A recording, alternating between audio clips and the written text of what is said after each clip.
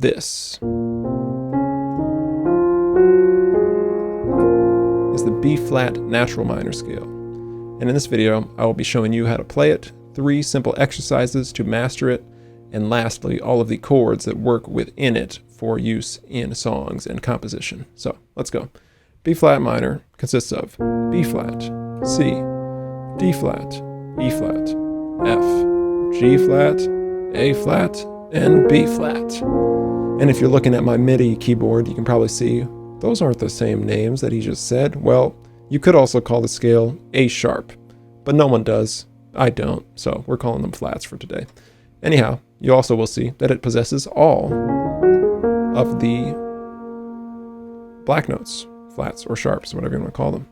And for that reason, it's a very unique scale, kind of a difficult shape to get used to, but I've gotten used to it, and I find it much easier than B, which also has most of the black notes, or all of them, in the case of its major scale.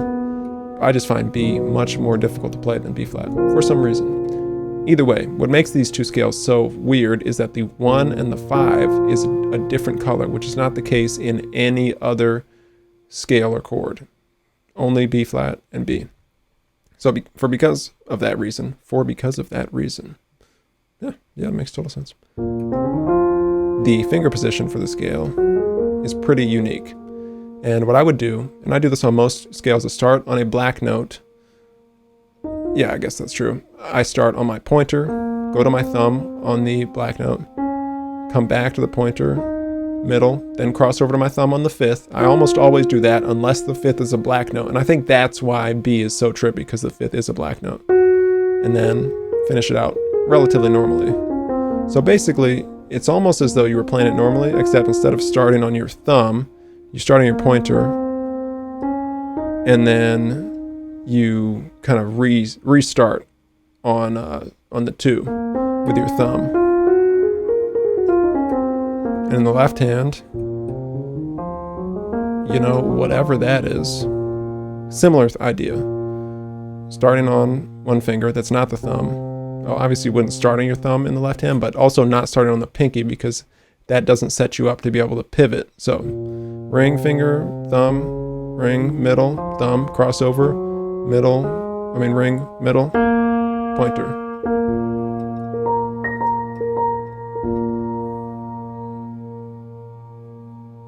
There it is. Okay, now, what do you do with those notes? You practice them. Here are some exercises. Number 1, playing the scale up and down, 2 octaves in both hands.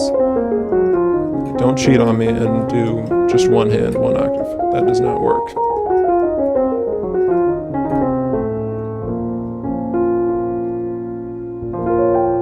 Sorry, did a few little alterations there. I'll get to those in other videos, faux sure. Anyway, that's a great exercise, very basic. Will get you familiar with the shape on a linear basis. Now, as non-linear scale approaches come, which is what most songs utilize, because melodies don't just play the scale straight up and down, playing every other note of the scale, going up and down. And this one, I'll let you do it in just 1 octave.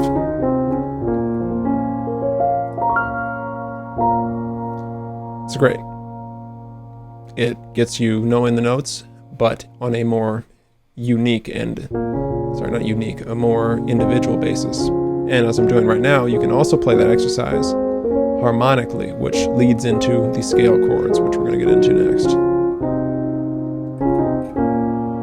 So that's a great one. You could say those are 2 different exercises, in which case we've done all 3, but really those are the same. And as with any non-linear melodic exercise, you can always play it also as a harmony. So you could do, oh goodness.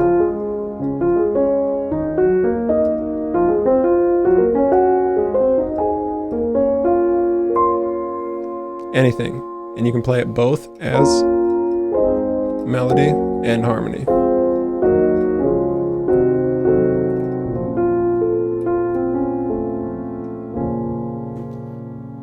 Yes, I'm sure that was super helpful.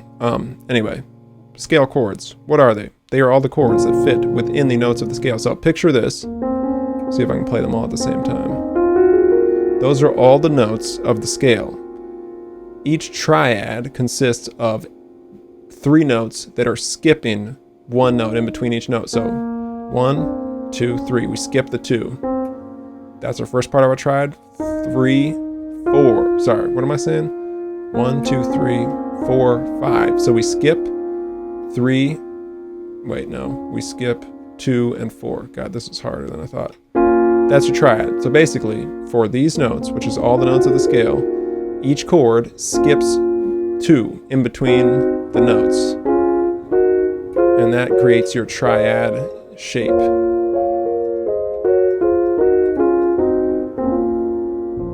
And with those chords are pretty much all the possibilities of what you can do that will sound 100% like it fits within your song.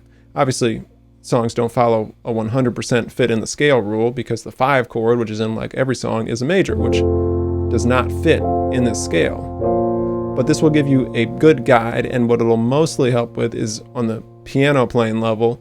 If you're playing in a song and you're going between 2 chords, you can use those chords as intra chords. I'm coining that phrase now. That's what they're called, intra chords, similar to intra frames in videography, which I'm sure you all are familiar with as well. Anyway, say we're going to D sharp, E flat minor, like that. That sounds a lot cooler than, though everything has a place. That's also very beautiful, but it just gives you more options. And the more options you have, the more dynamic you are, and what makes music great overall across the board, dynamics. So there you go. Anyway, B flat minor. That's how you play it. Those are the exercises and all the chords that fit within that scale. Let me go down an octave. There we go. Video is over. Thank you very much for coming, and please like this video and subscribe to the channel for more like this. It's a great time. Gonna have a lot of these pretty soon. Probably have them all done by the time you see this. So anyway, yeah. See ya. Peace.